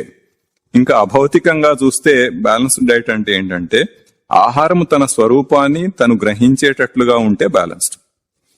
అంటే సాధకుడికి కావాల్సిందనమాట, తన స్వరూపాన్ని, తన నిజ స్వరూపాన్ని తను గ్రహించటానికి ఉపయోగపడే ఆహారం బ్యాలెన్స్డ్, అంతేగాని వేరే కాదు. ఆ రకంగా ఉండాలి. ఇంకా ఎంత క్వాంటిటీ తినాలి అన్నదానికి తినగానే ధ్యానం చేసేటట్లుగా ఉండాలి. భుక్తాయాసం రాకూడదు. మామూలుగా తినగానే ఏమవుతుంది, మన జీర్ణకోశంలోకి తిన్న తిండి అంతా వెళ్తుంటే మన దేహంలో ఉన్న బ్లడ్ అంతా అక్కడికి వెళ్ళిపోతూ ఉంటుంది. వెళ్ళిపోయి మెదడు నుంచి కూడా చాలా బ్లడ్ తగ్గిపోతుంది, బ్రెయిన్ నుంచి. తగ్గిపోయేటప్పటికి మనకి కొద్దిగా ఒక మత్తులాగా వస్తూ ఉంటుంది అనమాట. ఆక్సిజన్ తక్కువైపోయి, బ్లడ్ తక్కువైపోయి మత్తులాగా వస్తూ ఉంటుంది. అందుకనే చాలా మంది తినగానే కొంచెం నిద్ర మత్తులాగా తూగుతూ ఉంటారు.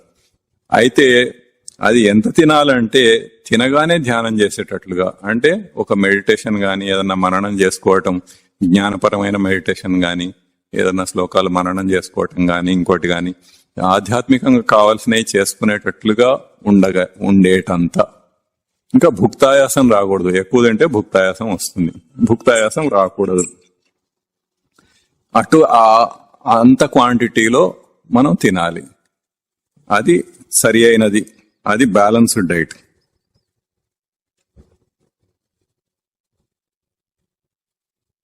ఇంకా విక్రయాన్నమును, అమ్మబడగా కొన్న ఆహారమును తినకూడదనుట 4వ సూత్రం. ఇది తన ఆహారం నందు తానే శ్రద్ధ పెట్టలేని బలహీనతను కలిగిస్తుంది. అంటే బయట కొనుక్కొని తినే ఆహారం తినకూడదు, బయట అమ్ముతుంటే కొనుక్కొని తినే ఆహారం తినకూడదు. ఇంకా దుష్ట సంస్కారం గల వారి వంటను తినకూడదనుట 5వ సూత్రం. ఇట్టి ఆహారం సంస్కార దోషమును విచారణ చేయని తన దోషం వలన వండిన వారి దుష్ట సంస్కార ప్రభావానికి గురి కావలసి వస్తుంది.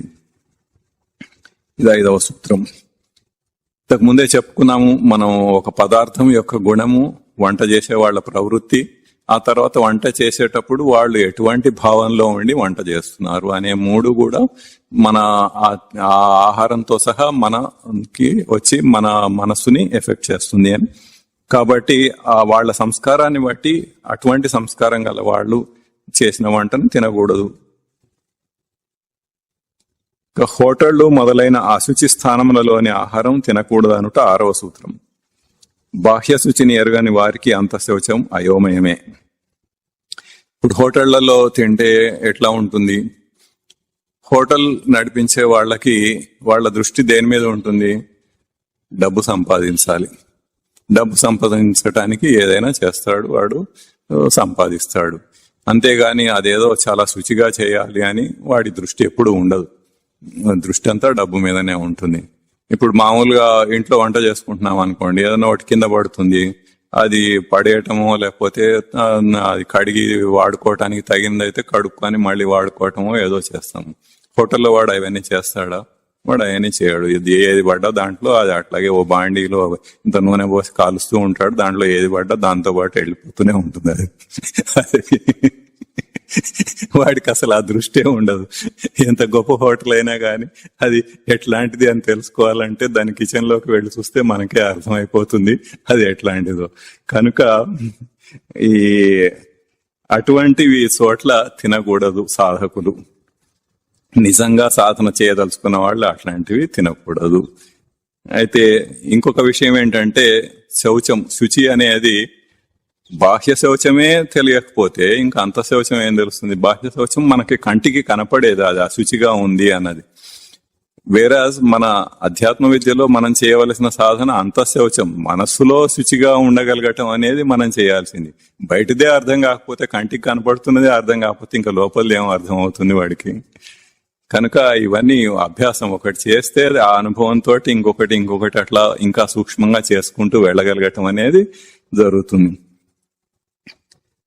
కాబట్టి అట్లాంటివి తినకూడదు. ఇందాక విక్రయాన్నం అని చెప్పింది కూడా ఇదే సేమ్. అదేదో రోడ్ల మీద బండ్లు పెట్టుకొని ఏదో పెట్టుకొని చేసేస్తూ ఉంటారు. వాడు ఎటువంటి నీళ్లతో కడుగుతున్నాడు, ఎటువంటి పదార్థాలతో వాడుతున్నాడు అవన్నీ మనకు కనపడుతూనే ఉంటాయి మన కంటికి ఎదురుగానే. అక్కడేమి ఎక్కడో కిచెన్ అనేది ఉండదు, అక్కడే కూర్చొని చేస్తుంటాడు వాడు. అయినా అదేదో వాడు మిరపకాయ బజ్జీలు వేస్తే అది చాలా రుచిగా ఉందని వీడెళ్ళి తినేస్తూ ఉంటాడు, మిగతా ఏమీ పట్టించుకోకుండా కళ్ళు మూసుకొని. అట్లాంటి వాళ్ళు ఇంకా సాధన ఏం చేస్తారు? ఆ కాస్త దాన్ని నిగ్రహించుకోలేకపోతే వాడి దృష్టి కేవలం డబ్బు సంపాదన మీదనే ఉంటుంది. మరి ఇవి అశనం భోజనం నియమాలు. ఇట్లాంటి నియమములతో చేసిన భోజనమునకు సంసార ప్రవృత్తి నిగ్రహింపబడి ముక్తికి సోపానం అవుతుంది. నియమములను పాటించకపోతే సంసార ప్రవృత్తి ప్రేరేపింపబడి బంధ కారణం అవుతుంది. సంసార ప్రవృత్తి అంటే మనం ఇంతకుముందు చెప్పుకున్నాము, ఈ జనన మరణ వ్యవస్థలో అట్లా తిరుగాడుతూ మళ్ళీ పుడుతూ ఉండటం, మళ్ళీ సస్తూ ఉండటం, రోగాలు వస్తూ ఉండటం, ఏదో ప్రవృత్తిని పెంచుకొని పోతూ ఉండటం. ఆ ప్రవృత్తితోటి ఎప్పుడైతే దేహం విడిచిపోయాడో ఆ ప్రవృత్తి ప్రేరేపిస్తూ ఉంటుంది. వాడు ఏం చేయాలన్న దేహం ఉండదు అక్కడ. అసలు నరకం అంటే ఏంటో అక్కడే అనుభవిస్తాడు. అదే నిజమైన నరకం యాక్చువల్ గా. అట్లా చేస్తూ ఉంటాడు, మళ్ళీ పుడతాడు, మళ్ళీ అంతకుముందు గుర్తుండవు, మళ్ళీ ఆ ప్రవృత్తితో అట్లా కొనసాగుతూనే ఉంటాడు. అట్లా ఎప్పటికో ఎన్ని జన్మలకో ఎన్ని కోట్ల జన్మలకో వాడికి ముక్తి రావాలి.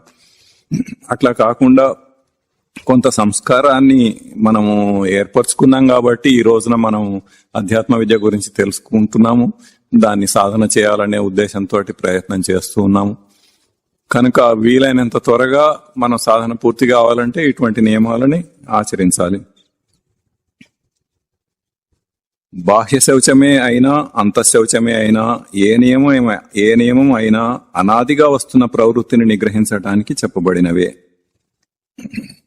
ఏ నియమాలైనా గాని, బాహ్యమైనవైనా మనసులో శౌచమైనా గాని, అది అనాదిగా వస్తున్న ప్రవృత్తి. అనాదిగా అంటే ఎప్పటి నుంచి వస్తుంది? 84 లక్షల జీవరాశుల గర్భాలలో అన్ని జీవులు ఉన్నాయని మనం తెలుసుకున్నాం. అమీబా దగ్గర నుండి ఒక్కొక్క జీవిలో ఎన్నో జన్మలు దాంట్లో గడిపి అట్లా క్రమంగా వృద్ధి పొందుతూ సంస్కారాన్ని వృద్ధి చేసుకుంటూ చివరికి మనుష్య జన్మకు వచ్చాడు. ఇప్పుడు ఒక జ్ఞానం నరాణం అధికో విశేష అని కొంత జ్ఞానాన్ని సంపాదించి ఇప్పుడు అధ్యాత్మ విద్య నేర్చుకోవటానికి తర్వాత సాధన చేసి తన నిజ స్వరూపంలో నిలవటానికి ప్రయత్నం చేస్తున్నాడు. అట్లా అంటే ఎప్పటి నుంచో వస్తున్న ఈ ప్రవృత్తిని నిగ్రహించటానికే ఈ నియమాలన్నీ చెప్పబడ్డాయి, అంతేగాని వేరేది కాదు. నియమం ఆచరించడం కష్టం అంటున్నాడు. నియమం లేకపోతే పొట్టకు తిండి దొరుకుతుంది గాని ఆధ్యాత్మిక ధ్యానమునకు మేత దొరకటం లేదని గుర్తించాలి. నియమం అంటే తనకు తాను ఏర్పరచుకున్న కట్టుబాటు. నియమం యుద్ధరంగంలో కవచం వంటిది. ఇప్పుడు నియమాలు ఆచరించటం కష్టమని అంటారు. కష్టమని ఎందుకు అంటాడు? అసలు ఫస్ట్ మన ధ్యేయం స్థిరంగా లేక దృఢంగా లేక అది కష్టం అని అనుకుంటాడు. ఇందాక కొన్ని ఎగ్జాంపుల్స్ చెప్పుకున్నాము. మన ధ్యేయం గనక స్పష్టంగా ఉంటే దాని మీద మన ఆఫ్టర్ ఆల్ లౌకికంగా కొన్ని ఏదో సాధించటానికే ఎన్నో వాటిని త్యాగం చేసి కృషి చేసి సాధిస్తున్నారు. అట్లాంటిది ఆధ్యాత్మికంగా ఎన్నో జన్మల పరంపరలో మనకి ఉపయోగపడేదాన్ని అటువంటి అధ్యాత్మ విద్యను సాధన చేయటానికి, తన నిజ స్వరూపాన్ని పొందటానికి సాధన చేయటానికి, పొందటం అంటే అది ముందు నుంచే ఉన్నది. ఇప్పుడు కొత్తగా మనం ఏదో దాన్ని తయారు చేయాల్సిన పని లేదు. అది గుర్తించటం అన్నది ఒకటే మనం చేయాల్సింది. మన స్వరూపం ఏంటో మనం గుర్తించటమే మనం చేయాల్సింది తప్ప అది లేకపోవటం అన్నది కాదు అక్కడ. ఆ రకంగా అది దానికోసం చేయాలి. ఏదో పొట్టకి తిండి దొరుకుతుంది, లేకపోతే పొట్టకి తిండి దొరుకుతుంది కానీ తను ఆధ్యాత్మికంగా తను చేయదలుచుకున్న మననానికి కానీ ఏదైనా నేర్చుకోవటానికి కానీ జ్ఞానపరమైన మెడిటేషన్ కానీ అవన్నీ చేయడానికి తిండి దొరకదు. ఇంకా నియమం అంటే తనకు తాను ఏర్పరచుకున్న కట్టుబాటు. ఇప్పుడు మామూలుగా ఎక్కడ ఇంతకుముందు గత వారం చెప్పుకున్నాం మనం, ఎక్కడైనా ఇప్పుడు ఒక కంపెనీలో పనిచేయాలంటే కొన్ని రూల్స్ ఉంటాయి, ఆ రూల్స్ ప్రకారం చేయాలి. ఓ గవర్నమెంట్ ఆఫీస్ లో చేయాలంటే అక్కడ కొన్ని రూల్స్ ఉంటాయి, దాని ప్రకారం చేయాలి. ఇంకా ఎక్కడికి వెళ్ళినా గానీ దేనికైనా ఒక విమానం ఎక్కాలన్నా ఓ బస్సు ఎక్కాలన్నా దానికి కొన్ని రూల్స్ ఉంటాయి, ఆ రూల్స్ ప్రకారమే చేయాలి. ఇవన్నీ ఏంటి? బయటి వాళ్ళు ఎన్ఫోర్స్ చేసిన రూల్స్. ఆ కంపెనీ వాళ్ళు, ఆ గవర్నమెంట్, లేకపోతే ఆ బస్సుల వాళ్ళు, విమానాల వాళ్ళు ఎన్ఫోర్స్ చేసిన రూల్స్ ని మనం పాటించాలి. అది కష్టమైన విషయం. అట్లా కాకుండా నియమం అంటే ఏంటి? తనకు తాను ఎన్ఫోర్స్ చేసుకున్నది. తన ఆధ్యాత్మిక పురోభివృద్ధి కోసం, పురోగతి కోసం తాను ఏర్పరచుకున్న ఒక కట్టుబాటు. నాకు అది కావాలి గనక ఇవన్నీ ఇట్లా ఉండాలి అనుకొని తనకు తానే ఒక ఎన్ఫోర్స్ చేసుకున్నాడు. నేను ఐఏఎస్ పరీక్ష పాస్ అవ్వాలి కాబట్టి నేను ఇవన్నీ చేయాలి అని వాడు కష్టపడి చదువుతున్నాడు. 1 సంవత్సరం 2 సంవత్సరాలు ఎంతో కృషి చేస్తున్నాడు, ఎన్నో త్యాగం చేసి. అట్లా మనకు మనమే ఏర్పాటు చేసుకునేవి ఇవి. అంతేగాని ఎవరో ఎన్ఫోర్స్ చేస్తే వాళ్ళ కోసం ఎవరి కోసమో మనం చేయటం లేదు. ఎవరి కోసం వాళ్లే చేసుకుంటున్నారు ఇక్కడ. అది గుర్తించాల్సిన విషయం. ఆ తర్వాత నియమం యుద్ధరంగంలో కవచం వంటిది. దీని గురించి కూడా గత వారం చెప్పుకున్నాం మనం. మామూలుగా యుద్ధరంగంలో కవచాలు కట్టుకుంటూ ఉంటారు బయట నుంచి వచ్చే వెపన్స్ తోటి డ్యామేజ్ కాకుండా ఉండటానికి. అట్లా ఈ నియమాలు పాటిస్తూ ఉంటే మనకి ఎన్నో విషయాల్లో, మనకి సాధన విషయాలలో ప్రొటెక్షన్ అనేది దొరుకుతుంది. అందుకని కూడా నియమాలు పాటించాలి.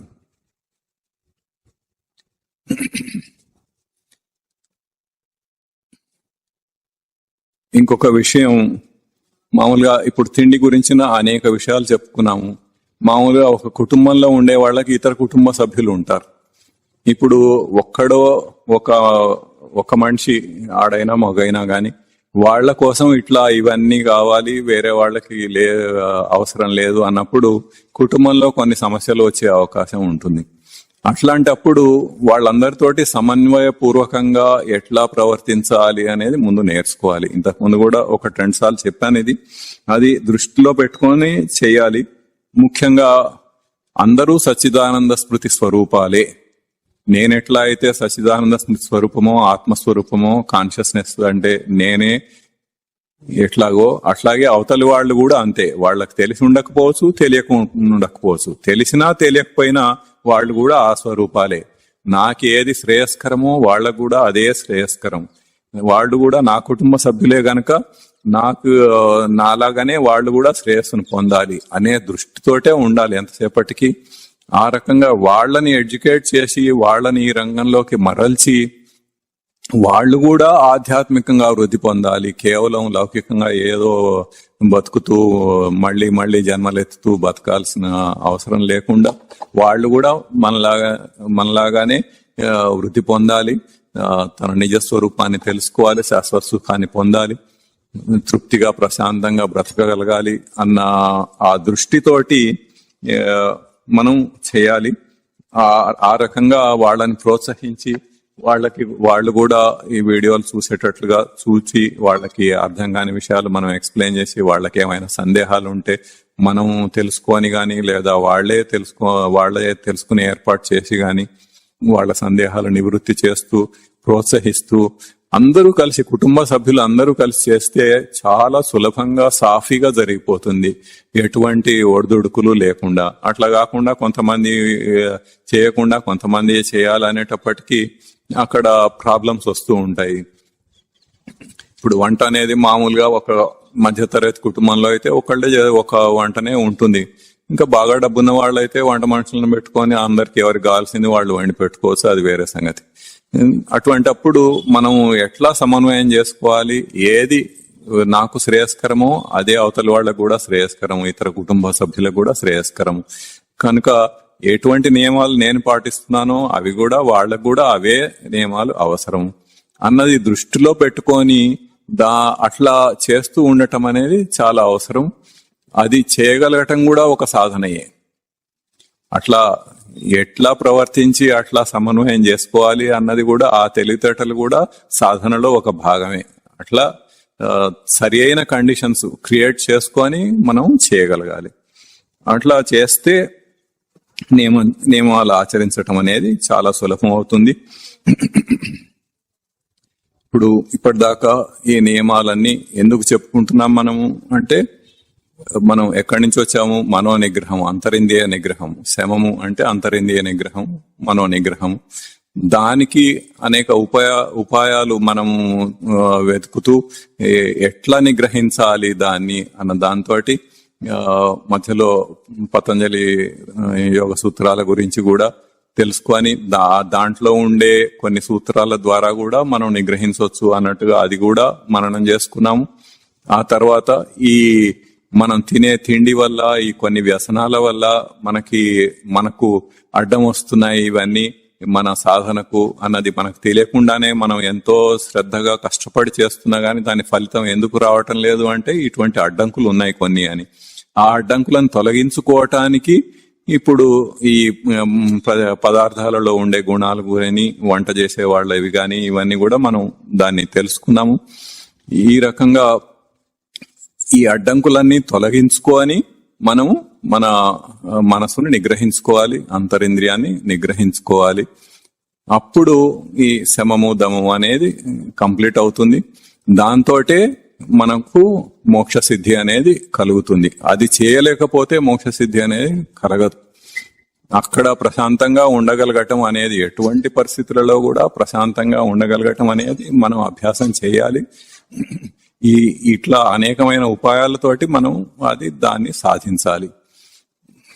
అట్లా చేసి మనం మోక్షాన్ని పొందాలి. అంటే వీటన్నిటి నుండి విడుదల పొందాలి, పొంది తన నిజస్వరూపంలో నిలవగలగాలి. అది చేయవలసిన పని. వచ్చే వారం నుండి మిగతావి కూడా చెప్పుకుందాం. ఓం తత్సత్.